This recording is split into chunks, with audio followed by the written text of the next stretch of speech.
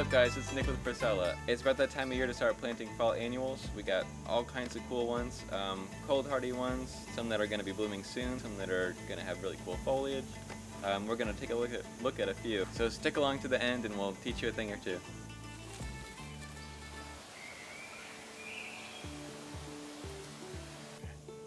These are called pansies. These are a really great addition to the annual garden because they're cold hardy. They'll last through a couple snows and they make a really good ground cover. They're really good for beginner gardeners. They're super easy to take care of, and it's a great addition because they keep their color through the fall, through a couple snows, so it keeps that kind of spring interest almost throughout even the fall. Great addition for color to your garden.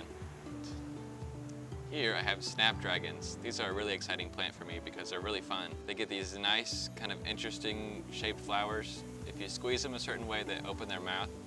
That's why they're called snapdragons. They do keep their color through a couple frosts as well. They will die eventually, as all annuals do, but they last a pretty good while. They're fairly easy to take care of. Full sun is great, good drainage. Can't really go wrong. And of course, everybody's fall favorite is a mum. They're not easy to take care of. They're a little bit on the more advanced gardener scale, just because they require a lot of water.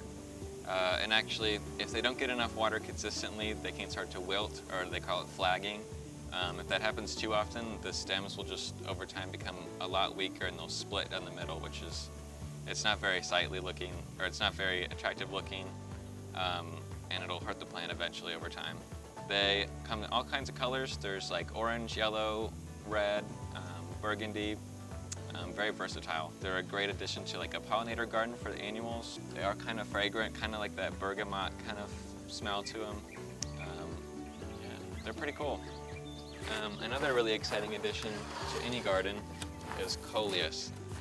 So these, as you can see, come in all kinds of shapes and colors and sizes.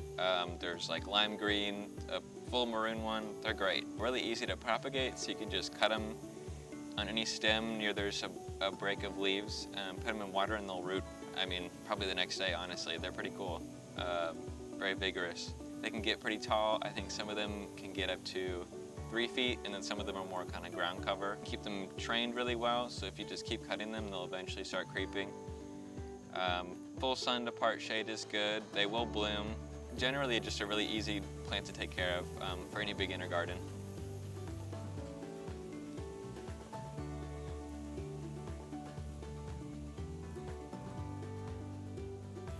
And now my personal favorite, Celosia. They come in obviously all different kinds of colors and shapes. They're actually all the same plant. Some of them are more kind of funky. They look like brains or a coral. Some of them are more like a fern, and then some of them, like this pink one here, is more for the foliage. So it will bloom, but it won't be as exciting as the other two. It's more of a foliar thing. They all like full sun, well-draining soil. They're just a really interesting plant, and I love them just because the colors, they last a long time. You can cut these and dry them, and they'll last for years. And who doesn't love a brain-looking plant, or a plant that looks like a brain? They're pretty cool.